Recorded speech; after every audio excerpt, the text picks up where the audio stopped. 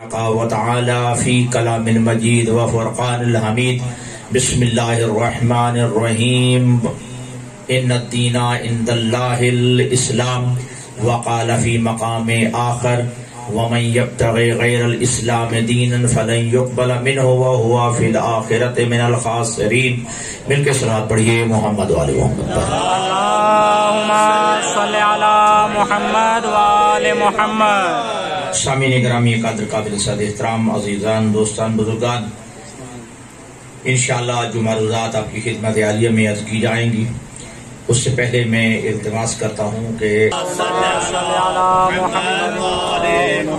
دعا خداوند متعال بتصدق ائمہ طہار اس مجلس اذا کو اپنی بارگاہ میں منظور و مقبول فرمائے.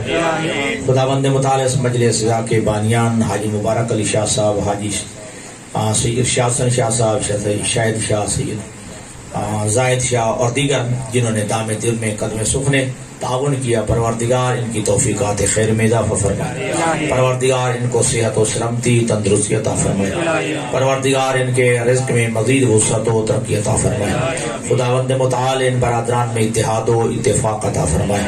خداوند متعال ان بھائیوں کے گھروں پر اپنی رحمتوں برکتوں کو نزول فرمائے. ان بھائیوں کو، ان کے اہل خانہ کو ہمکس کی آفات بلیات ارضی و سماوی سے محفوظ و معصوم فرمائے. خداوند متعال سید عاشق شاہ مرحوم اور ان کی اہلیہ مرحومہ اور دیگر جتنے مرحومین کے نام لکھے گئے، پروردگار ان مرحومین کے درجات بلند فرمائے. ان مرحومین کے صغیر و کبیرہ گناہ معاف فرمائے. اور جن مومنین کے لیے دعائے صحت کی اپیل کی گئی ہے، پروردگار ان کو شفاء کامل و عاجل عطا فرمائے. پروردگار ان کو صحت کاملہ عطا فرمائے. بالخصوص سید ممتاز شاہ مریض ہے، محمد والے محمد کے صدقے میں پروردگار ان کو صحت کاملہ عطا فرمائے اور اس گھر پر اپنی رحمتوں برکتوں کو نزول فرمائے. ایک دفعہ مل کے صلوات پڑھ لیں محمد والے محمد پر.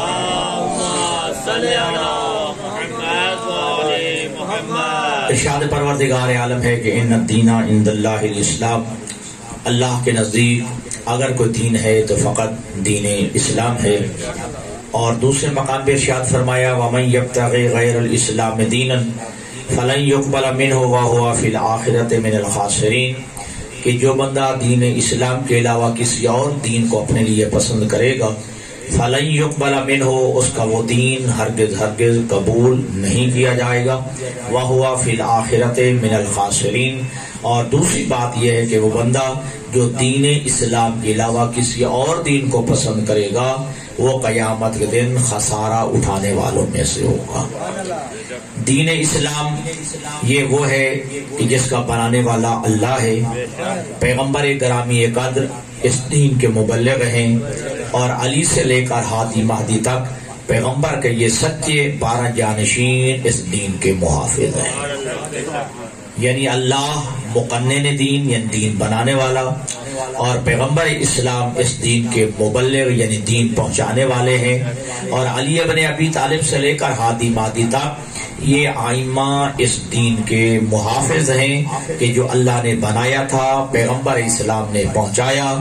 اب ان ائمہ نے، آپ کو معلوم ہے کہ ائمہ نے جتنے بھی مسائل برداشت کیے، جتنی بھی سختیاں جھیلی، صرف اس لیے کہ تاکہ دین کی حفاظت کی جا سکے. اب چونکہ اللہ نے ان کو منصب امامت عطا کیا ہے، منصب راہبری عطا کی ہے، منصب ہدایت عطا کیا ہے، تو اب امام پر واجب اور لازم ہو جاتا ہے کہ وہ دین کی حفاظت کرے. اب وہ امام بہتر جانتا ہے حالات کے تقاضوں کے مطابق کہ دین کس انداز میں بچ سکتا ہے. اگر صلح سے بچتا ہے تو صلح کر لی جاتی ہے، اگر قیام سے دین بچتا ہے تو پھر قیام کر لیا جاتا ہے. یعنی امام حسن علیہ السلام کی سیرت آپ کے سامنے ہے. دین اسلام کی حفاظت اور بقا مقصود تھی تو امام حسن علیہ السلام نے صلح کر لی ہے. اور چونکہ امام حسین علیہ السلام کے زمانے میں وہ حالات تھے کہ جہاں دین بچتا تھا صرف قربانی سے، تو اس لیے امام حسین علیہ السلام نے قربانی دی اور دین اسلام کو بچایا.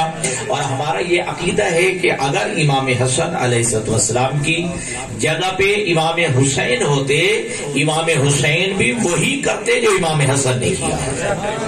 اور اسی طرح امام حسین کی جگہ پر امام حسن ہوتے تو امام حسن بھی وہی کار انجام دیتے جو امام حسین نے انجام دیا. ٹھیک ہے.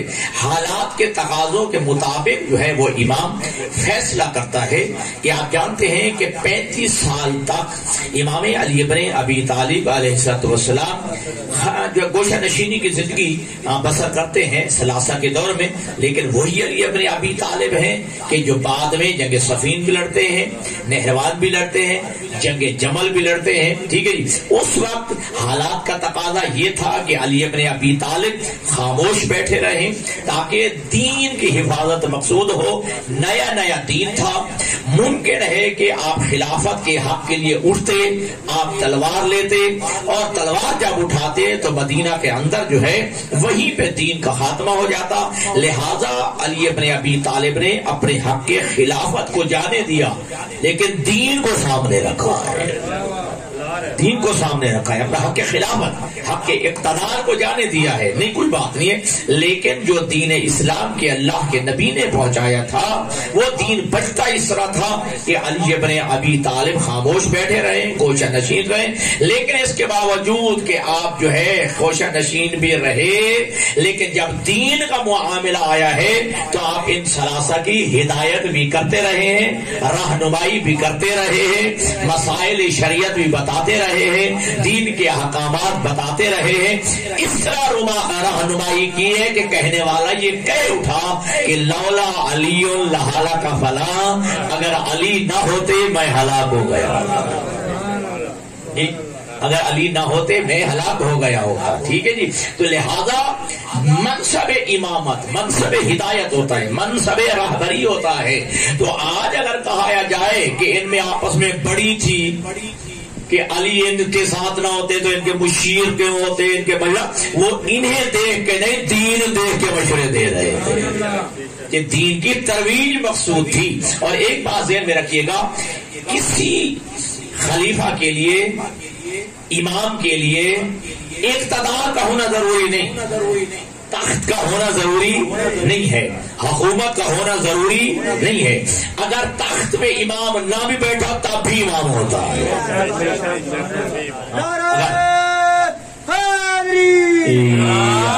اگر اقتدار نہ بھی ملے، اقتدار پہ براجمان نہ بھی ہو تب بھی امام ہوتا ہے. ٹھیک ہے. تو لہذا امامت اور خلافت کے لیے اقتدار کا ہونا، حکومت کا ہونا، ممبر کا ہونا، تخت کا ہونا یہ ضروری نہیں ہے. اگر آپ میرا عزیز یہ جملہ سمجھیں، اگر جو ہے تخت کا ہونا ضروری ہوتا، ٹھیک ہے جی، اگر اقتدار کا ہونا ضروری ہوتا تو پھر یہ تخت چھوڑ کے، اقتدار چھوڑ کے یہودی کے باغ میں علی سے مسئلے پوچھنے کیوں جاتے تھے؟ پھر علی سے رہنمائی لینے کیا جاتے تھے؟ جب بھی مسئلہ درپیش ہوتا تھا پھر جاتے علی ابن ابی طالب کے پاس. ٹھیک ہے جی. تو اور یہاں بھی بڑا ایک خوبصورت جملہ ہے کہ ایک اہل سنت برادر عالم دین نے ایک جملہ کہا ہے کہ علی ابن ابی طالب کے دور میں اتنی مشکلات کیوں آئی ہیں، پہلے ادوار میں اتنا مشکلات کیوں نہیں آئی. ٹھیک ہے. تو انہوں نے کہا کہ ان کا مشیر علی تھا، ان کا مشیر علی تھا. ٹھیک ہے جی. تو اب چونکہ علی اکیلا رہ گیا، علی تنہا رہ گیا، علی کو سازش اور شورش اتنی ہو گئی کہ علی ابن ابی طالب کو جب چوتھی خلافت پہ جو ہے اقتدار سونپنے کی کوشش کی گئی تو پہلے علی ابن ابی طالب نے، میرے عزیزو یہ ذہن میں رکھیے گا چونکہ مجلس نہیں پڑھنا چاہتا، کچھ چیزیں دینا چاہتا ہوں، علی ابن ابی طالب نے فوراً اقتدار کو قبول نہیں کیا. اس طرح کے حالات بن چکے ہیں، علی نے کہا میں اس اقتدار کو، حکومت کو قبول کرنے کے لیے تیار نہیں ہوں. لیکن جب کہا گیا کہ یا اگر آپ اقتدار نہیں سنبھالیں گے، اتنا شرازہ بکھر چکا ہے، اتنا جو ہے حالات بگڑ چکے ہیں، ہم دربار الہی میں یا علی تیری شکایت کریں گے. تب علی ابن ابی طالب نے جو ہے اقتدار اور حکومت کو سنبھالا ہے. اور وہ بھی اس وقت کہ جب علی ابن ابی طالب جو ہے ممبر پہ اس جہاں اللہ کے حبیب تشریف فرما ہوتے تھے، تو روایات میں ہے کہ جہاں اللہ کے حبیب جس ممبر کی جس سیڑھی پہ اور زینے پہ تشریف فرما ہوتے تھے، تو پہلے صاحب ہے تو وہ سیڑھی چھوڑ دی تھی، وہ زینہ چھوڑ دیا تھا احترام پیغمبر میں، دوسرے صاحب ہے تو وہ پہلے والی سیڑھی چھوڑ دی، تیسرے صاحب ہے تو دوسرے والی سیڑھی چھوڑ دی، لیکن علی ابن ابی طالب جب ممبر پیغمبر پہ تشریف لے گئے ہیں تو وہ سیڑھی پہلی دوسری تیسری چھوڑ کے اس زینے پہ جا بیٹھے جہاں اللہ کے نبی بیٹھا کرتے تھے، جہاں اللہ کے حبیب تشریف فرما ہوتے تھے۔ تو سامنے بیٹھے والوں میں ذرا سرگوشیاں شروع ہوئی، یار دیکھو پہلے صاحب نے احترام رسالت میں ایک سیڑھی چھوڑ دی تھی، دوسرے نے چھوڑ دی، پھر تیسرے نے چھوڑی ہے۔ علی ابن ابی طالب جو ہے وہ زینے اور اس سیڑھی پہ جا تشریف فرما ہوئے کہ جہاں اللہ کے حبیب بیٹھا کرتے تھے۔ علی ابن ابی طالب نے دیکھا یہ سرگوشیاں کر رہے ہیں، کانوں میں جو ہے کوئی باتیں ہو رہی ہیں، علی نے فرمایا ما ھذہ الاعواد، یہ لکڑی کے پھٹے کیا ہیں، یہ لکڑی کے تختے کیا ہے، میں نے تو مہر نبوت پہ قدم رکھے ہوئے۔ سبحان اللہ، سبحان یہ لکڑی کے تختے کیا ہیں، یہ لکڑی پھٹے کیا ہیں، میں نے تو مہر نبوت پہ قدم رکھے ہوئے ہیں۔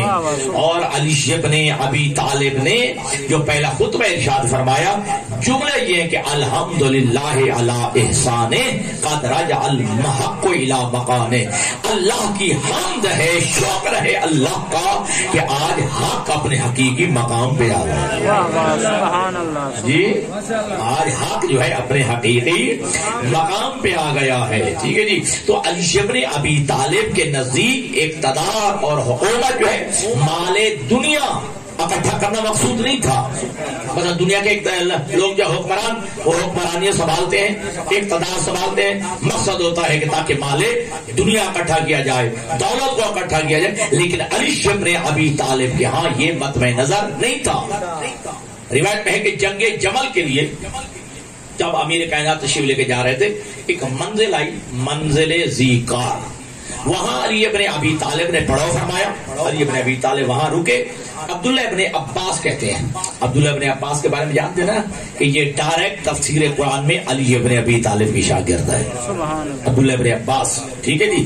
اور اتنا علم علی نے انہیں عطا کر دیا تھا کہ یہ کہا کرتے تھے کہ لو ذا علی اقال البعیر لوجدتہ فی کتاب اللہ، علی نے مجھے اتنا علم دے دیا ہے اگر میری اونٹ کی نکیل بھی گم ہو جائے وہ بھی قرآن میں سے تلاش کر لوں، سبحان اللہ، سبحان یہ وہ بھی جو ہے میں قرآن میں سے تلاش کر لوں گا۔ اور یہ عبداللہ ابن عباس کو برادران اہل سنت جو ہے وہ حبر الامہ، عالم امت کہتے ہیں، لیکن ساتھ ساتھ جو ہے اس کے ریزن بتاتے ہیں یہ عالم امت بنا کیسے ہے، ٹھیک ہے۔ اگرچہ ہم تو کہتے ہیں تفسیر قرآن میں علی کا شاگرد ہے، لیکن وہ کہتے ہیں کہ یہ عالم امت کیسے بنا۔ اللہ کے حبیب خرما یعنی کھجور تناول فرما رہے تھے، اور حضور جو ہے کھجور تناول فرماتے اور گٹھلی رکھ دیتے، کھجور تناول فرماتے گٹھلی رکھ دیتے، کھجور تناول فرماتے گٹھلی رکھ دیتے۔ جب اتنی سی گٹھلیاں ہو گئیں تو عبداللہ ابن عباس نے کہا اللہ کے حبیب اجازت ہے میں آپ کی چوسی ہوئی گٹھلیاں چوس لوں، جی آپ کی یہ چوسی ہوئی گٹھلیاں چوس لوں۔ اللہ کے حبیب نے اجازت میں رحمت فرمائی، عبداللہ ابن عباس نے ان گٹھلیوں کو چوسا تو کیا عالم امت بن گیا۔ یہ برادران اہل سنت یہاں یہ ہے کہ وہ عالم امت بن گیا۔ تو پھر میں عزیزو ہمیں بھی یہ کہنے کا حق حاصل ہے یہ پیغمبر کی چوسی ہوئی گٹھلیوں کو چوس لے وہ تو عالم امت بنتا ہے، اور جو پیغمبر کا لعاب دہن چوس لے، تو جو پیغمبر کا لعاب دہن چوس لے پھر وہ عالم امت نہیں، ناطق کے قرآن، ناطق کے قرآن بنتا ہے۔ تو یہ جناب عبداللہ ابن عباس یہ روایت کرتے ہیں کہ نماز عشاء پڑھانے کے بعد علی ابن ابی طالب مصلی پہ بیٹھ گئے، مجھے سامنے بٹھا دیا، اور علی ابن ابی طالب نے بسم اللہ الرحمن الرحیم کی تفسیر بیان کرنا شروع کر دی۔ سننا علی کا علم سننا، بسم اللہ الرحمن الرحیم کی تفسیر بیان کرنا شروع کر دی۔ عبداللہ ابن عباس کہتے ہیں کہ ادھر سے صبح صادق طلوع ہو گئی، ٹھیک ہے جی، صبح صادق طلوع ہو گئی۔ علی ابن ابی طالب نے اپنے سلسلہ بیان کو ختم کیا، لیکن مجھ میں حسرت ہوئی کہ کاش رات لمبی ہوتی، علی بیان کرتے رہتے اور میں سنتا رہتا. توجہ, وہیں پہ علی ابن ابی طالب نے فرمایا یا ابن عباس انی لو شئت لأوقرت 70 بعیرا مما نبا.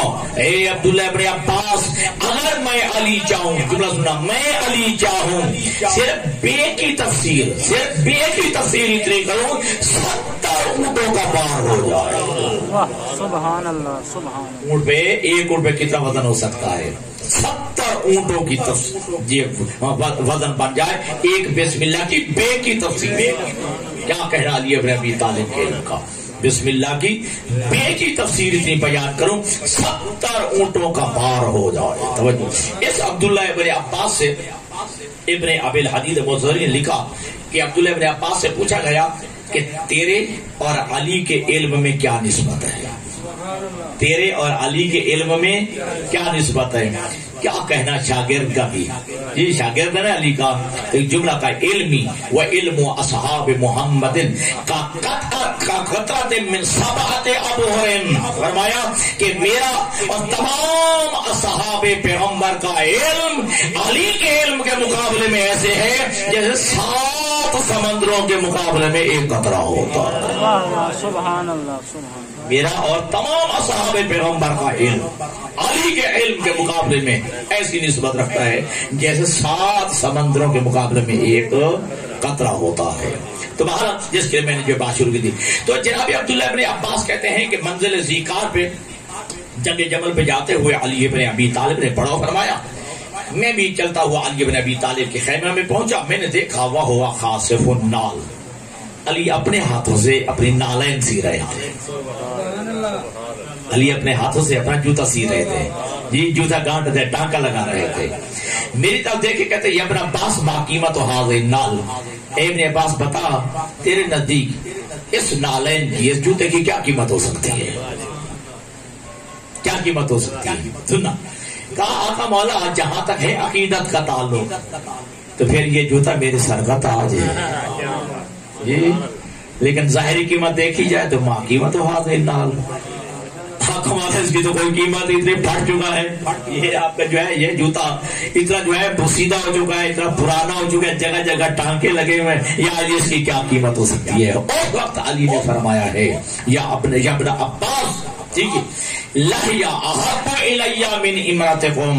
یہ بسیدہ جو ہے یہ جوتا, یہ پھٹا ہوا جوتا جو ہے علی کو تمہاری اقتدار حکومت سے زیادہ پسند ہے. سبحان اللہ. میں اقتدار کا بھوکا نہیں ہوں, ٹھیک ہے جی, تمہارے اس اقتدار, تمہارے اس حکومت, تمہارے اس جو ہے تخت سے زیادہ مجھے علی کو یہ پھٹا ہوا جوتا پسند ہے. یہ پھٹا ہوا نالین جو ہے میرے نزدیک زیادہ محبوب ہے. ٹھیک ہے, لیکن علی نے آگے جملہ کہا ہے تاکہ دنیا کا منہ بند کر دیا جائے. پھر علی نے اقتدار سنبھالا کیوں تھا؟ پھر علی خلافت کے لیے احتجاج کیوں کیا کرتے تھے؟ توجہ, اب علی نے فرمایا الا ان اقیم حقا و ادفع باطلا. لیکن میں نے اقتدار سنبھالا اس لیے ہے تاکہ حق قائم کر سکوں, باطل کو مٹا سکوں. سبحان اللہ. میں نے اس لیے اقتدار سنبھالے تاکہ حق قائم کر سکوں اور باطل کو مٹا سکوں. اور یہی وجہ ہے کہ جب علی ابن ابی طالب نے مسند خلافت کو سنبھالا ہے اور علی ابن ابی طالب نے عادل کو قائم کیا ہے, لوگوں کی چیخیں نکل گئی ہیں. علی کا عادل برداشت نہیں کر سکے لوگ. عیسائی مصنف ہے جار جردہ, وہ اپنی کتاب میں لکھتا ہے علی کے اسباب شہادت کہ علی کو کیوں شہید کیا گیا. قتل فی محراب ہی لشدت عدل ہی, اس لیے علی کو شہید کیا گیا محراب عبادت میں. علی عادل بڑا تھا, لوگوں سے علی کا عادل برداشت نہیں ہو سکتا. توجہ, لوگوں سے علی کا عدل برداشت نہیں ہو سکا. علی نے اقامہ عدل کیا ہے. اور یاد رکھیے گا تاریخ نے جملہ لکھا دفنت العدالت ہینا دفنا علی. عدالت اسی دن دفن ہو گئی جس دن علی کو دفن کیا گیا. یعنی دوسرے گوئے لفظوں میں عدالت علی پہ ختم ہو گئی. ہاں, عدالت جو ہے علی پہ ختم ہو گئی جس دن علی کو دفن کیا گیا ہے. تو دوستو میں یاد کر رہا تھا کہ اللہ کون ہے؟ مقنن دین. ٹھیک ہے جی, میں اپنے موضوع کی جانب مانتا ہوں. مقنن دین, دین بنانے والی ذات. ٹھیک ہے، پیغمبر اسلام مبلغ دین، دین پہنچانے والی ذات، اور علی ابن ابی طالب سے لے کر ہادی مہدی تک یہ آئمہ کیا ہے؟ یہ ہے محافظ دین. اور ان آئمہ کا توجہ میں نے عرض کیا کہ حالات اور مصلحت کے تحت جو ہے آئمہ فیصلہ فرماتے ہیں. دین کو بچانا مقصود ہوتا ہے. جو علی ابن ابی طالب جن کی تلوار جنگ بدر میں چلتی ہے، جنگ احد میں چلتی ہے، خیبر میں چلتی ہے، خندق میں چلتی ہے، وہی علی ابن ابی طالب 35 سال جو ہے خاموش رہتے ہیں. پھر وہی علی ابن ابی طالب ہیں کہ جن کی تلوار جنگ صفین میں، جنگ جمل میں، جنگ نہروان میں چلتی ہے. چونکہ معصوم ہیں، حکمت سے آگاہ ہوتے ہیں، دین بچانا مقصود ہوتا ہے. ٹھیک ہے. اور اللہ کے نبی کا طرز عمل بھی دیکھ لیجئے کہ اللہ کے نبی جو ہے کبھی تو کافروں سے جنگ کر رہے ہیں. ٹھیک ہے، جنگ بدر بھی ہے، جنگ احد، خیبر، خندق، غزوہ حنین، تبوک، کتنی جنگیں اللہ کے نبی نے کی، لیکن وہی اللہ کے نبی بھی ہے جو صلح حدیبیہ بھی کر رہے ہیں، صلح حدیبیہ بھی کر رہے ہیں. تو لہذا کیونکہ لوگ امامت سے اصل میں آگاہ نہیں ہیں، ان کے ہاں امامت کا تصور نہیں ہے، وہ سمجھتے ہیں ہم جیسا بننا. ٹھیک ہے جی، تو ہم جیسا جو ہے غلطی کر سکتا ہے، لیکن اگر منصب امامت کی اگر سمجھ آ جائے تو پھر امام پہ اعتراض بھی نہ ہو جی، تو پھر امام کو جو ہے حق حاصل ہے، وہ چاہے تو صلح کر لے، چاہے تو قیام کرتے ہوئے کربلا میں آ جائے.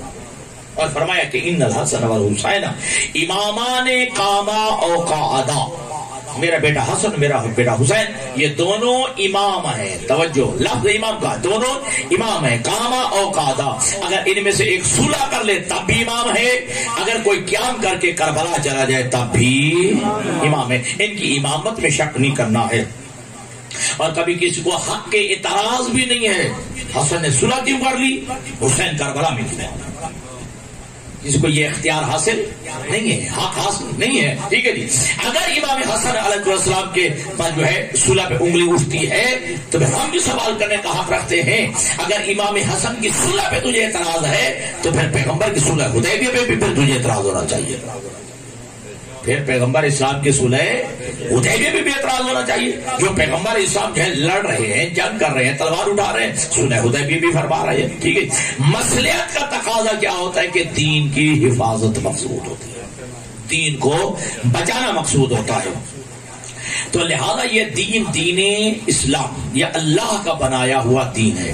اب دین جو ہے یہ کچھ قوانین کا مجموعہ ہے، اور ایسے قوانین کہ جو دنیا اور آخرت میں انسان کی کامیابی کی ضمانت ہے. اور انسان جو ہے یہ بھی مرکب ہے دو چیزوں سے، جسم اور روح. ٹھیک ہے جی، جسم اور روح، ان دو چیزوں کے مرکب کا نام ہے انسان. ٹھیک ہے جی. یعنی روح اور جسم ملے تو انسان بنتا ہے. اکیلے روح کو بھی انسان نہیں کہتے اور اکیلے جسم کو بھی انسان نہیں کہتے. جسم اور روح یہ دو چیزیں ملے تو تب بنتا ہے انسان. تو لہذا انسان مجموعہ ہے، مرکب ہے دو چیزوں کا، روح اور جسم. جسم کی اپنی ضروریات ہیں اور روح کی اپنی ضروریات ہیں. ٹھیک ہے جی. جسم کی بھی ضروریات ہیں اور روح کی بھی ضروریات ہیں. تو جسم ہے اس کی ضروریات کا نام ہے یا رزق. ٹھیک ہے جی، روٹی روزی یا رزق کہہ لیجیے. ٹھیک ہے جی. اور اللہ نے فرمایا کہ وما من دابۃ فی الارض الا علی اللہ رزقها، کائنات میں کوئی ایسا چلنے والا نہیں جس کا رزق میں اللہ نے اپنے ذمہ رکھا. لہذا جی جسم کی ضرورت کا نام تھا رزق، اللہ نے کہا رزق کی ذمہ داری میں نے لی. اب روح کی جو ذمہ داری جو اپنا ضرورت ہے اس کا نام ہے ہدایت. روح کو روٹی کی ضرورت نہیں، روح کو غذا کی ضرورت نہیں ہے. ٹھیک ہے جی. اور روح کو ہدایت کی ضرورت ہے. تو اللہ نے آخری پارے میں فرمایا ان علینا للہدی وان للآخرۃ والاولی، کہ جو ہدایت کی ذمہ داری ہے وہ اللہ فرماتا ہے وہ بھی میں نے اپنے ذمہ لے لی. ٹھیک ہے جی. جسم کی ضرورت کا نام تھا رزق، اللہ نے فرمایا رزق کی ذمہ داری میں نے اپنے ذمہ لی. اب روح کی ضرورت کا نام ہے ہدایت، اور ہدایت کی ذمہ داری بھی اللہ نے لے لی ہے. اب ہدایت کی ذمہ داری ہے اللہ کے ذمہ. اب چاہیے کہ اللہ ہدایت کرنے کے لیے تشریف لے آئے. ہدایت کرنے کے لیے اللہ سامنے آ جائے، ہمیں ہدایت فرمائے کہ یہ کام کرنا ہے، یہ نہیں کرنا، یہ کرنا ہے، یہ نہیں کرنا، یہ کرنا ہے تو کیسے کرنا ہے، کس طرح انجام دینا ہے. ٹھیک ہے جی، کیونکہ ہدایت کی ذمہ داری اللہ کے پاس ہے. اگر اللہ ہمارے سامنے آ جائے تو اللہ اللہ نہیں رہتا ہے. ہمارا اللہ جسم و جسمانیات سے منزہ مبارزات ہے. ہمارا اللہ جو ہے وہ کھاتا پیتا بھی نہیں ہے، چلتا پھرتا بھی نہیں ہے، سوتا جاگتا بھی نہیں ہے، اٹھتا بیٹھتا نہیں ہے، چلتا پھرتا بھی نہیں ہے. ہمارا اللہ جو ہے وہ نظر بھی نہیں آتا ہے.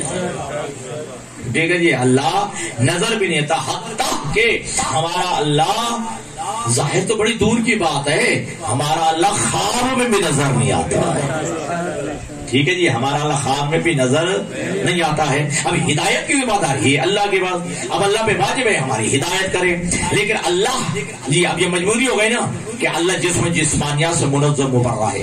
اللہ کی ذات لطیف ذات ہے، جسم نہیں رکھتی، لہذا وہ ہمارے اندر یوں نہیں آ سکتا جیسے بدن سامنے آتا ہے، جیسے جسم سامنے آتا ہے، جیسے نظر آنے والی چیز سامنے آتی ہے. ٹھیک، ایسے اللہ ہمارے سامنے نہیں آ سکتا. ہے صحیح، یہ نہ کہیے کہ اللہ یہاں پہ موجود نہیں ہے. ہاں یہ بھی نہ سمجھیے گا کہ اللہ یہاں نہیں ہے. ٹھیک ہے، اللہ ہر جگہ موجود ہے. نہج البلاغہ میں علی ابن ابی طالب کا جملہ ہے کہ من قال الا فقد اخلا منہ.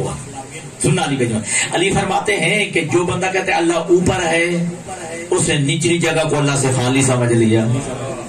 جس نے کہا اللہ نیچے ہے تو اس نے اوپر والی جگہ کو اللہ سے خالی سمجھ لیا. اللہ ایسا نہیں ہے کہ اللہ جو ہے اوپر یا نیچے والی اللہ کے لیے تصور نہیں ہے، اللہ ہر جگہ ہے. اللہ ہر جگہ. ہمارے معاشرے کا ایک غلط جملہ ایک مشہور ہے، اوپر والا جانے.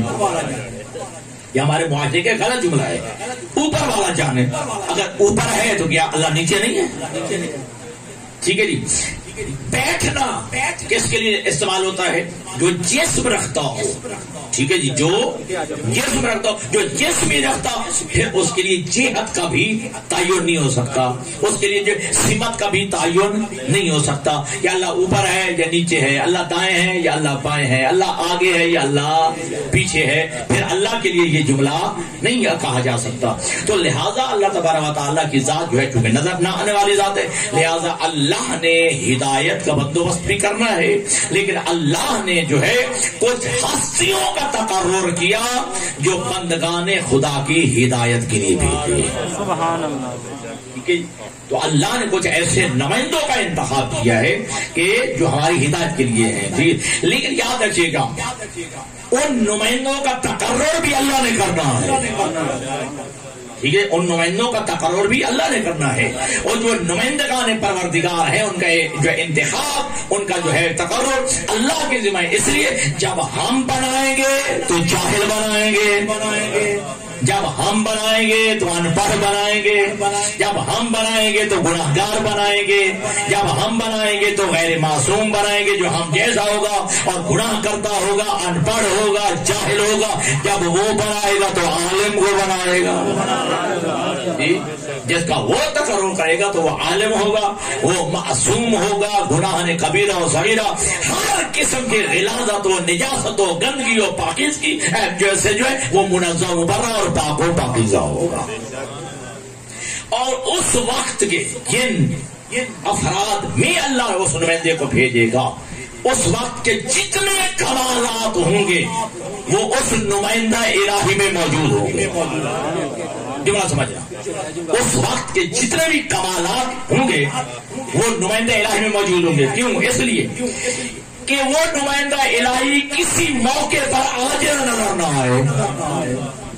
ٹھیک ہے جی، کسی موقع پر عاجز نہ آئے. ٹھیک ہے جی، اگر عاجز آ گیا اس کا نہیں، اس کے اوپر حرف آئے گا اس نے ایسا بنایا ہے کہ جو عاجز آ گیا ہے. ٹھیک ہے جی، تو لہذا اللہ جب بنائے گا تو معصوم بنائے گا، اللہ بنائے گا تو ایسا بنائے گا جو عالم ہوگا، اور عالم بھی ایسا ہوگا دنیا میں آ کے نہیں پڑھے گا، دانشگاہ الہی سے پڑھ کے آئے گا.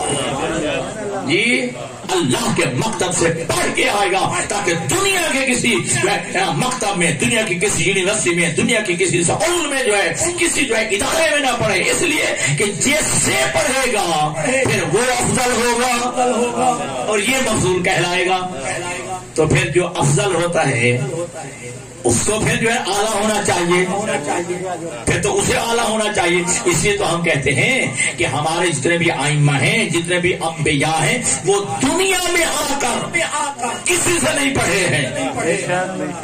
جی ہاں، پیغمبر اسلام کے بارے میں آپ دیکھ لیجیے، کوئی ایک لمحے کے لیے ثابت کر دے کہ اللہ کے نبی نے کسی مکتب میں، کسی مدرسے میں، کسی سکول میں گئے ہوں، کسی استاد کے سامنے زانو میں تلمس طے کیا ہو. ٹھیک ہے جی. ہاں، اگر خدا نہ خاصا ہمارے نبی کسی کے پاس جاتے پڑھنے کے لیے تو پھر وہ استاد افضل کہلائے گا، یہ مفضول کہلائے گا. پھر وہ نبوت کا حقدار اسے ہونا چاہیے جو افضل ہے. یہی تو ہمارے ہاں یہ ہے، ہمارے مکتب کا خاصہ ہے. توجہ، افضل کو رکھا جاتا ہے اوپر، نہ عمر کو دیکھا جاتا ہے، نہ بڑے ہونے کو دیکھا جاتا ہے. جی جو علم میں کمال رکھتا ہو، ٹھیک ہے جی، جو علم میں کمال رکھتا ہو. علی ابن ابی طالب کے 4 بھائی ہیں، سب سے چھوٹا علی ہے. نہیں آپ نے توجہ نہیں کی میرے عزیزوں. ٹھیک ہے جی، علی ابن ابی طالب 4 بھائی ہیں نا، سب سے چھوٹے علی ابن ابی طالب ہیں. تو ہم علی ابن ابی طالب جیسا عقیل کو بھی نہیں مانتے ہیں، علی ابن ابی طالب جیسا ہم جعفر طیار کو بھی نہیں مانتے ہیں، علی ابن ابی طالب جیسا ہم ان کے بڑے بھائی طالب کو بھی نہیں مانتے. جب علی کی اپنی ماں کے جائے ہوئے علی جیسے نہیں ہے.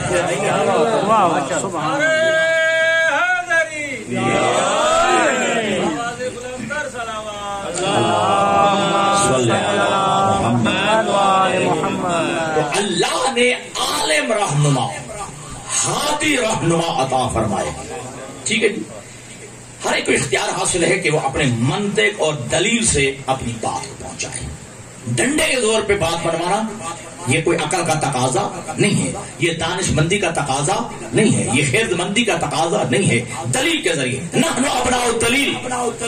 ٹھیک ہے جی، ہم دلیل کے بیٹے. کیا مطلب؟ ہم دلیل رکھتے ہیں، دلیل سے آؤ.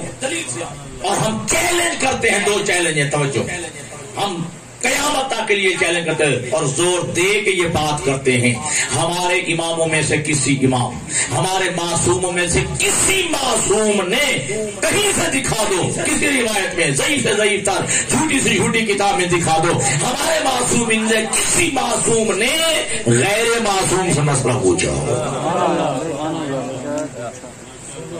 تو بات سمجھ آ رہی ہے میرے؟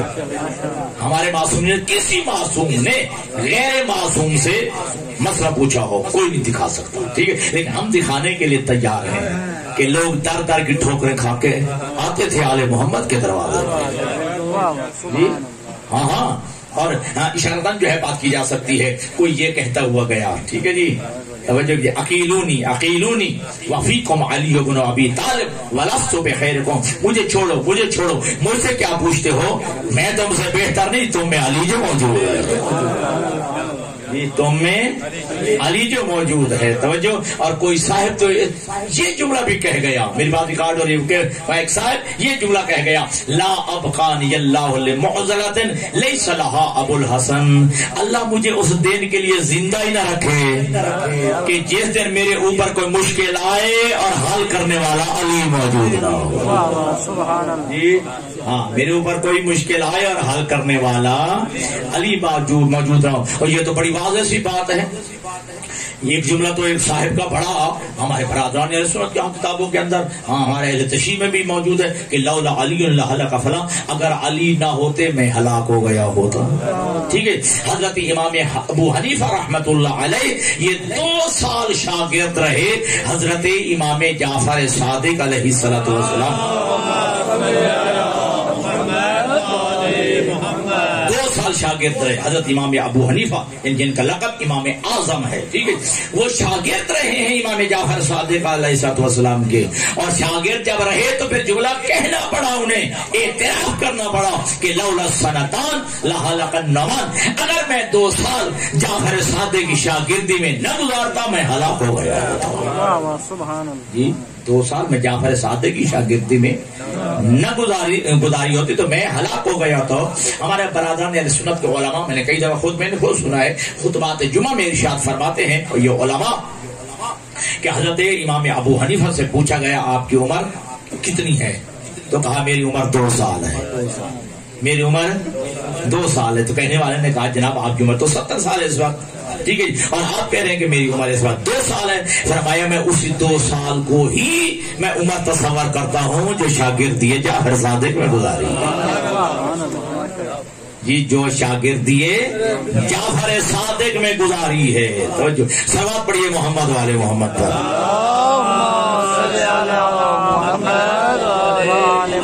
میرے بیٹا میں نے 8 بجے تاکیداً مسجد میں اعلان کیا تھا یہ 8 بجے مومنین آ رہے ہیں, ہمیں لمبا کرنا پڑ رہا ہے, اس مہمان کو ہم نے بٹھایا ہوا ہے. کبھی بھی آپ وقت پہ تشریف نہیں لاتے, یہ بڑی مصیبت ہے.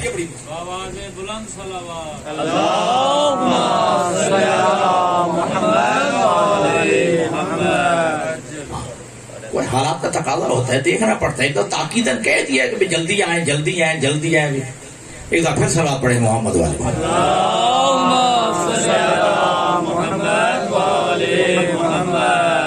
تو ایک بات ہم یہ زور دے کہ چیلنج کر کے کہتے ہیں کہ ہمارے معصومین سے کسی معصوم نے غیر معصوم سے مسئلہ پوچھا کوئی دکھا دے, نہیں دکھا سکتا. اور دوسرا ہم یہ چیلنج کر کے زور دے کے یہ کہتے ہیں کوئی دکھا دے کہ ہمارے ائمہ میں سے کسی امام سے مسئلہ پوچھا گیا ہو اور ہمارے امام نے جواب دینے کے لیے مہلت مانگی. کائنات کی کسی کتاب میں کوئی بندہ دکھا دے کہ ہمارے ائمہ میں سے کسی امام ہمارے معصوم نے کسی معصوم سے کوئی مسئلہ پوچھا گیا ہو اور انہیں جواب دینے کے لیے مہلت مانگی ہو. یہی وجہ ہے کہ معصوم ارشاد فرماتے ہیں کہ اللہ نے وہ مسئلہ پیدا ہی نہیں کیا جس کا جواب اللہ نے ہم ایمان کو عطا نہ کیا, جس کا علم اللہ نے ہمیں عطا نہ کیا ہو. تو بہرحال میرے عزیزوں میں عرض کر رہا تھا کہ اللہ نے جو ہے معصوم یعنی اپنے نمائندے کا تقرر ہدایت کے لیے, بندگان کی ہدایت کے لیے. اور ایک بات یہ ہے کہ اللہ نے جو نمائندگان کا تقرر کیا ہے ان میں سے کوئی ایک بھی ایسا نہیں جو غیر معصوم. ٹھیک ہے, نمائندے جتنے بھی جن کا تقرر کیا ہے, ٹھیک ہے, کوئی بھی ایسا نہیں کہ جو غیر معصوم ہو. اچھا, معصوم بھی پھر جو ہے 3 شکلوں میں اللہ تبارک و تعالیٰ اپنے نمائندگان کو بھیجا. وہ اللہ کبھی نبی کی صورت میں, کبھی رسول کی صورت میں, اور کبھی امام کی صورت میں. نبی ہے تو بھی معصوم ہے, رسول ہے تو بھی معصوم ہے, امام ہے تو بھی معصوم ہے. توجہ فرما رہے ہیں. تو آدم علیہ السلام سے لے کر پیغمبر خاتم تک اور پیغمبر خاتم سے لے کر جو ہے ہادی مہدی تک اللہ نے جو سلسلہ ہدایت چلایا ہے, اللہ نے یہ ہدایت کا سلسلہ معصوموں کے حوالے کیا ہے, غیر معصوم کے حوالے نہیں کیا ہے. ٹھیک ہے جی, غیر معصوم کے حوالے نہیں کیا ہے. پھر یہ عقیدہ ہے ہمارے مذہب تشیع کو, جو عقیدہ ہے جتنے بھی اس وقت کے کمالات ہوتے ہیں, میں نے پہلے عرض کر چکا ہے, ہر کمال اس نمائندہ الہی میں موجود ہوتا ہے. ہر کمال اس نمائندہ الہی میں موجود ہے تاکہ وہ کسی بات میں عاجز نہ ہو سکے. شجاعت ہو, بہادری ہو, علم ہو, علم ہو, عبادت ہو, تواضع ہو, ٹھیک ہے, مناظرہ ہو, ٹھیک ہے جی, جتنے بھی جو ہے کمالات ہیں وہ تمام کے تمام صفات اور کمالات اس نمائندہ الہی میں موجود ہونا ضروری ہے. حتیٰ کہ یہاں تک ہے ہمارا عقیدہ ہے کہ امام جو ہے عالم باللغت من لغات الدنیا, امام جو ہے وہ کائنات کی تمام زبانوں کا عالم ہوتا ہے. امام جو ہے وہ تمام زبانوں کا عالم ہوتا ہے. کئی دفعہ عرض کر چکا ہوں کہ امام علی رضا علیہ السلام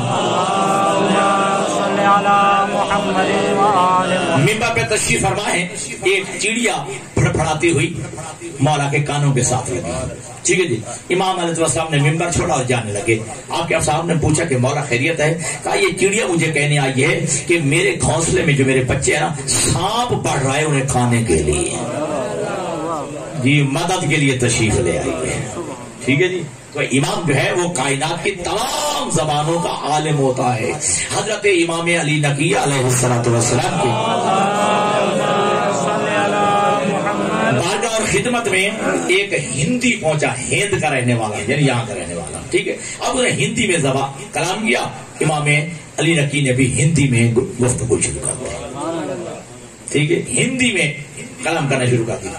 اب ابو ہاشم جعفری کہ جو امام علی نقی کا جو ہے اصحاب میں سے تھا اور حضرت جعفر طیار کی اولاد میں سے تھا. ابو ہاشم جعفری اس کا نام ہے اور حضرت جعفر طیار کی اولاد میں سے تھا اور امام علی نقی کے اصحاب میں شامل. وہ کہتے کہ مولا آپ ہندی زبان بھی جانتے ہیں؟ امام فرماتے ہیں میں جس پر حجت ہوں، میں جس پر حجت ہوں میں اس کی زبان جانتا ہوں، اس کی زبان جو ہے میں آگاہ ہوں. ابو ہاشم جعفری کہتے ہیں کہ امام علیہ السلام نے جو ساتھ ایک کنکری پڑی تھی، کنکری چھوٹی سی کنکری اٹھائی، اپنے لبہائے مبارک سے تر کر کے کہا ابو ہاشم جعفری ذرا اسے کھا لے. ابو ہاشم جعفری کہتے ہیں جیسے میں نے وہ چھوٹی سی کنکری جو امام نے اپنے لعاب دہن سے مس کیا تھا میں نے کھائی، خدا کی قسم میں 70 زبانوں کا عالم بن چکا، میں 70 زبانوں کا عالم بن چکا. اور یاد رکھے کہ اللہ نے ہمیں عالم ہاتھی عطا کیے ہیں، عالم رہنما عطا کی ہیں. کسی مکتب کا امام توجہ باب العلم نہیں ہے، اللہ نے تمہیں وہ امام عطا کیا جو علم تک پہنچنے کا دروازہ ہے. کسی مکتب کا امام جو ہے باقر العلوم نہیں ہے، اللہ نے تمہیں وہ امام عطا کیا جو علم کو شگافتہ کرنے والا ہے، علوم کی جو ہے گتھیوں کو سلجھانے والا ہے. اور کسی مکتب کا امام نہیں کہ جس نے دعوی سلونی کیا ہو، تمہارے امام نے دعوی سلونی کیا ہے. بس دوستو یاد رکھیے یہ کمال تھا آل محمد کا. ہمیشہ کمال سے محبت ہوتی ہے لیکن آل محمد کے ساتھ دشمنی نبھائی گئی ہے. کمال سے تو فطرتاً محبت ہوتی ہے لیکن آل محمد.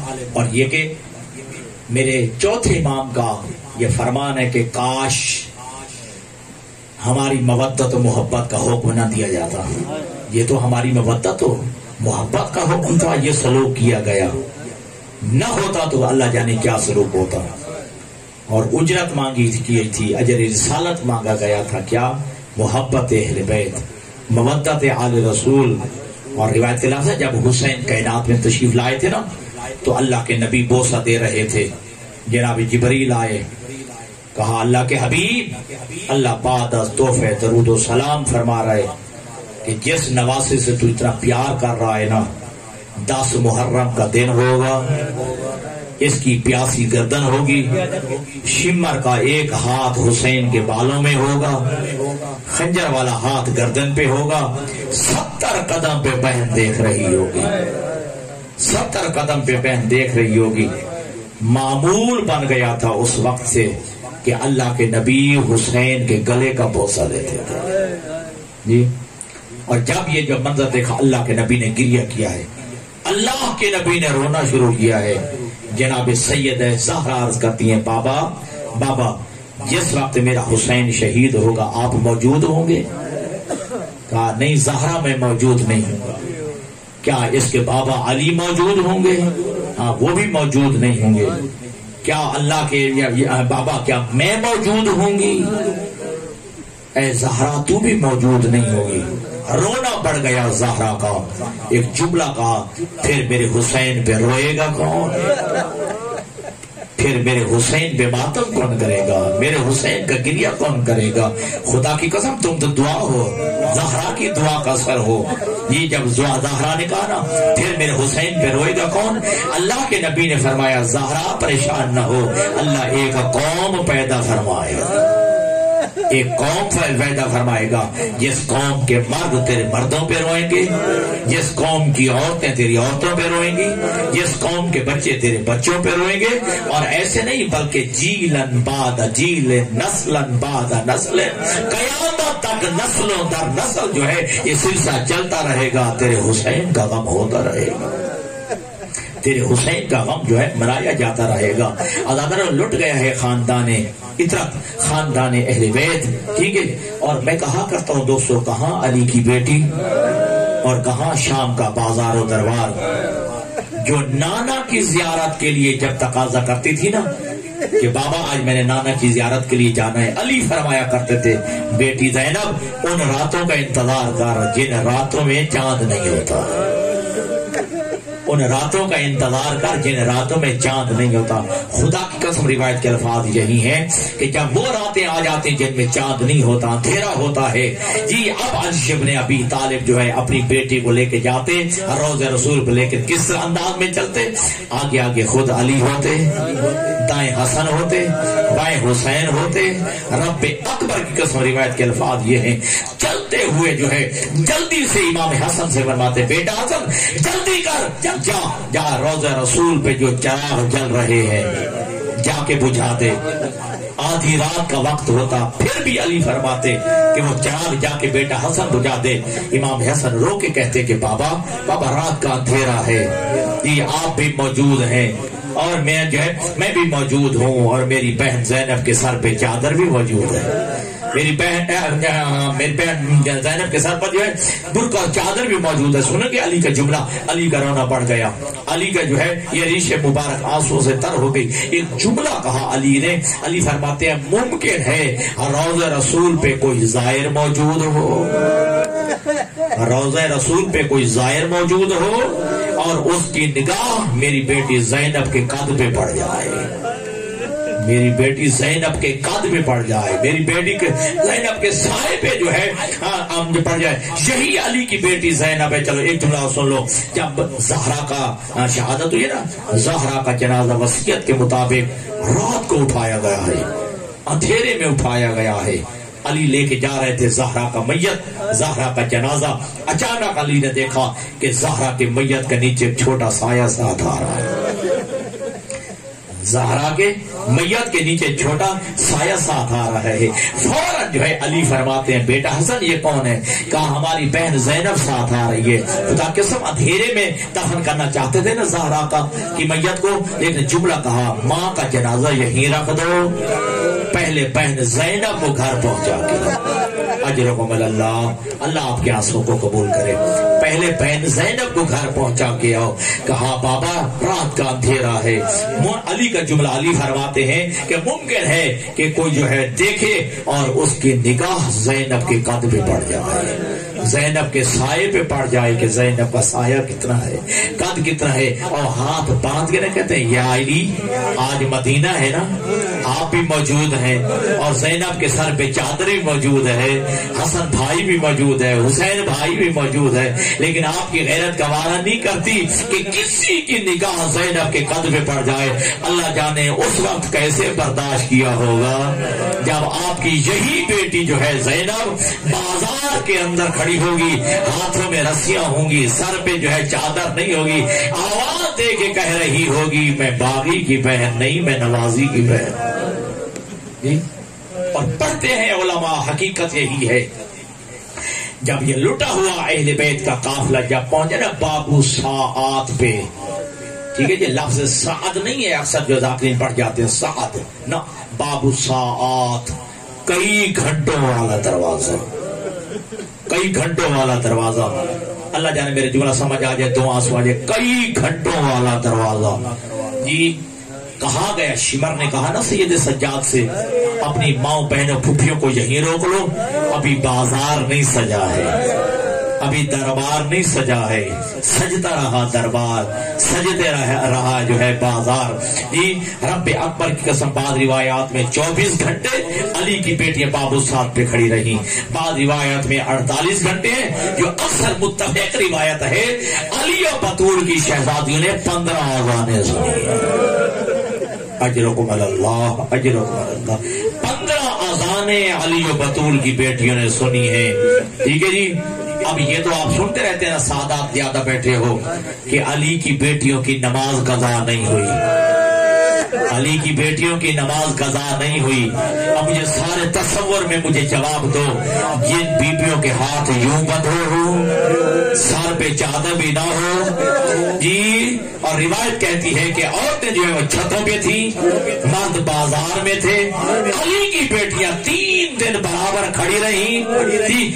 اللہ جانے علی کی بیٹیوں نے نماز کیسی پڑھی ہوگی, کیسے علی کی بیٹیوں نے نماز پڑھی گئی. بس میں ایک جملہ ضرور کہتا ہوں, اللہ کرے 2 آنسو اور آ جائے, میں کہوں گا یا علی تیرا نماز پڑھنا آسان تھا, یا علی تیرا نمازیں پڑھنا آسان تھا، تو مرد تھا، تیرے ہاتھ کھلے تھے. میں کہوں گا اے میرا حسین مولا تیرا بھی نماز پڑھنا آسان تھا، تو پیاسا ضرور تھا، مرد تھا، تیرے ہاتھ کھلے ہوئے تھے. مولا حسین دیکھ تیری بیٹیاں، تیری بہنیں کھڑی ہیں بابو ساتھ میں، اللہ جانے کیسے نماز پڑھی ہو. ہاں علماء بیان کرتے ہیں لیکن میں چھوڑ رہا ہوں. علی و بطول کی بیٹیوں کو لایا گیا. یہ سوق حمیدیہ انتہائی تنگ بازار تھا، اتنا تنگ بازار تھا. معالی و سبتین کی روایت کے مطابق، میں روایت کا ذمہ دار ہوں، معالی و سبتین کی روایت کے مطابق 5 لاکھ تماشبین بلوائے گئے. یہ علماء پڑھتے ہیں، مصدقہ علماء سے یہ جملہ سنا ہے. نقال بلائے گئے جو بدبخت نقلیں کر رہے تھے، مسخرے بلائے گئے جی، جو علی و بطول کی بیٹیوں کو دیکھ کے جی ہنس رہے تھے، ڈھول کی ڈھول بجا رہے تھے. اس انداز میں علی کی بیٹیوں کا تماشا کیا جا رہا تھا. خدا کی قسم سوق حمیدیہ میں جب علی و بطول کی شہزادیوں کو گزارا گیا نا، اتنا تنگ بازار تھا، کبھی علی و بطول کی بیٹیوں کے سر اس دیوار کے ساتھ جا لگتے تھے، کبھی جو ہے اس دیوار کے ساتھ جا لگتے تھے.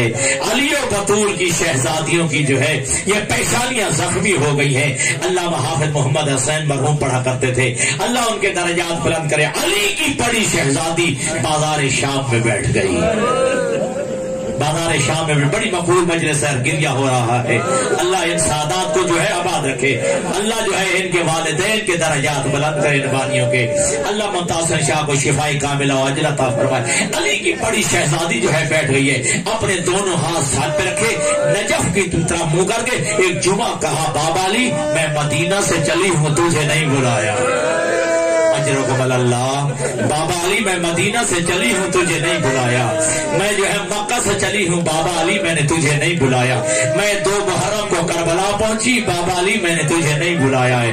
7 محرم کو ہمارا پانی بند ہو گیا، بابا علی میں نے تجھے نہیں بلایا. شب عاشور آئی، میں سنتی رہی، ادھر سے دستہ آ رہا ہے، ادھر فوجیوں کا دستہ آ رہا ہے جی، بابا علی میں نے تجھے نہیں بلایا. 10 محرم کا دن آیا، بابا علی میرا اکبر بھی مارا گیا. بابا میں نے تجھے نہیں بلایا. میرا اصغر بھی مارا گیا، میں نے تجھے نہیں بلایا. میرے پردوں کا محافظ عباس بھی مارا گیا. بابا علی میں نے تجھے نہیں بلایا. اس سے اگلا منظر سنیں گے. علی کی بیٹی تحت بھا جملہ کہتی ہے، بابا علی شام غریبہ کو میری چادر بھی لوٹ لی گئی، میرے خیموں کو بھی جلا دیا گیا، لیکن بابا علی میں نے تجھے نہیں بلایا ہے. 11 محرم کو ہاتھ میں رسیاں پہن کے ننگے سر میں بھائی کی لاش سے گزر آئی. بابا علی سے بڑا مصیب کیا ہوگا، میں گزر آئی. بابا علی میں نے تجھے نہیں بلایا ہے. جیسے عبور ہو سکتا تھا، بابا میں نے کوفہ بھی عبور کر لیا، کوفہ کا بازار بھی عبور کر لیا، میں دربار کوفہ بھی ہو آئی. بابا علی میں نے تجھے نہیں بلایا، لیکن بابا علی اب نجف چھوڑ دے، ذرا شام کے بازار میں آ اور آگے بتا تیری شریف بیٹیاں ان بدماشوں کے مجمع سے کیسے عبور کرے، ان بدماشوں کے مجمع سے کیسے عبور کریں. یہ مجھے تقاضا کیا گیا کہ تھوڑا مصائب لمبا پڑھنا ہے. یہ مصائب کے بڑے شہدائی ہیں، یہ سالات میرے عزیز میرے دوست بچے جی. ایک جملہ سن لیجیے. لوٹا ہوا اہل بیت کا قافلہ حضرت سہل بن سعد انصاری جو پیغمبر کا صحابی تھا، یا بیت المقدس کی زیارت کر کے واپس آ رہا تھا یا حج سے واپس آ رہا تھا. وہ روایت کرتا ہے کہ میں شام کے بازار سے گزرا، دیکھا کہ وہاں جو ہے بازار سج رہا تھا، لوگ خوشیاں منا رہے تھے. میں اپنے آپ سے سوال کرتا ہوں، میں رسول کا صحابی ہوں، ہم نے تو سفر میں کوئی عید نہیں منائی، آج کون سا عید کا دن ہے؟ میں چلتا ہوا چلا، ایک شامی سے میں نے پوچھا خیریت تو ہے؟ کہا تجھے نہیں معلوم لگتا ہے اجنبی ہے؟ ہاں میں اجنبی ہوں. کہ ایک باغی مارا گیا ہے، ہمارے جو ہے بادشاہ کو فتح ہوئی ہے، وہ باغیوں کے اہل خانہ جو ہے وہ قیدی بنا کے لائے جا رہے ہیں، اس خوشی میں خوشیاں منائی جا رہی ہیں۔ وہ کہتے میں حیران تھا، سہل بن سعد انصاری 80 سال کا بوڑھا صحابی ہے جی، روایت کرتا ہے کہ ابھی میں سوچ رہا تھا کہ بازار میں ایک قافلہ داخل ہوا، لیکن عجیب قافلہ تھا، آگے 22 یا 24 سال کا بوڑھا نوجوان، کمر جھکی ہوئی تھی، اس کے گلے میں رسی تھی، اب جملہ سمجھ رہا، اس کے گلے میں رسی تھی، وہی رسی ایک 4 سال کی بچی کے گلے میں، وہی رسی ایک 4 سال کے بچے محمد باقر میں جی اس کے گلے میں تھی۔ اور جب یہ نوجوان جو ہے اپنی کمر سیدھی کرنا چاہتا تو وہ 4 سال کی بچی رو کے کہتی بھیا بھیا میرے گردن گھٹی جا رہی ہے، میرا گلا گھٹا جا رہا ہے۔ اور رونے والوں آزاداروں، سہل بن سعد انصاری کہتا ہے کہ میں قریب آیا، میں نے اس قیدی سے پوچھا مسمو کا من اینت انتا، تیرا نام کیا ہے، کہاں کا رہنے والا ہے جی؟ اس قیدی نے سارے نہیں اٹھایا، ایک جملہ کہا نانا سہل انا علی بن الحسین، انا علی بن الحسین، میں علی بن الحسین، حسین کا بیٹا علی ہوں، سید سجاد ہوں۔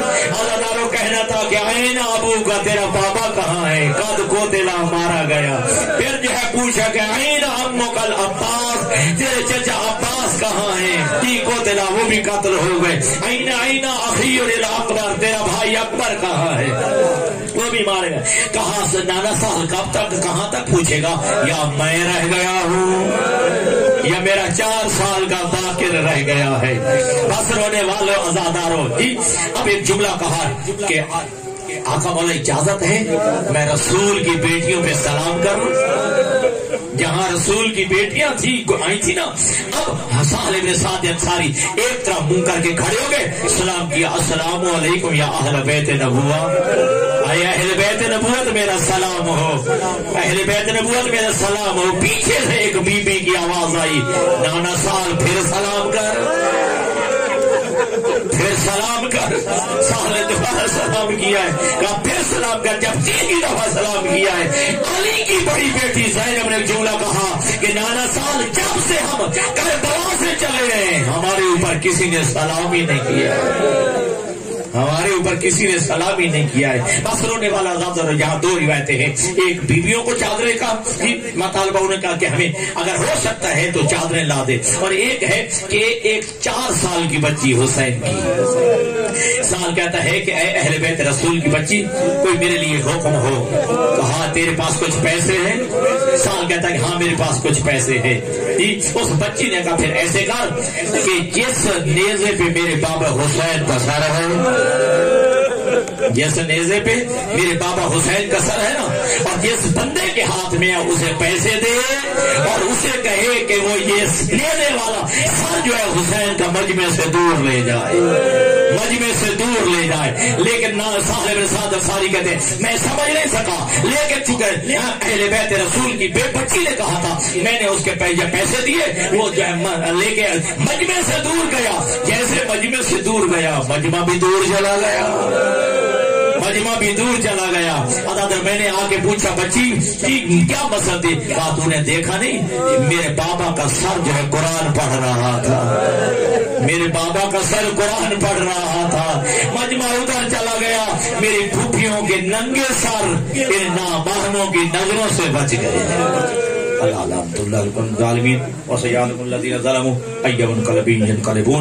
اب بلا تاخیر توقف اور کافی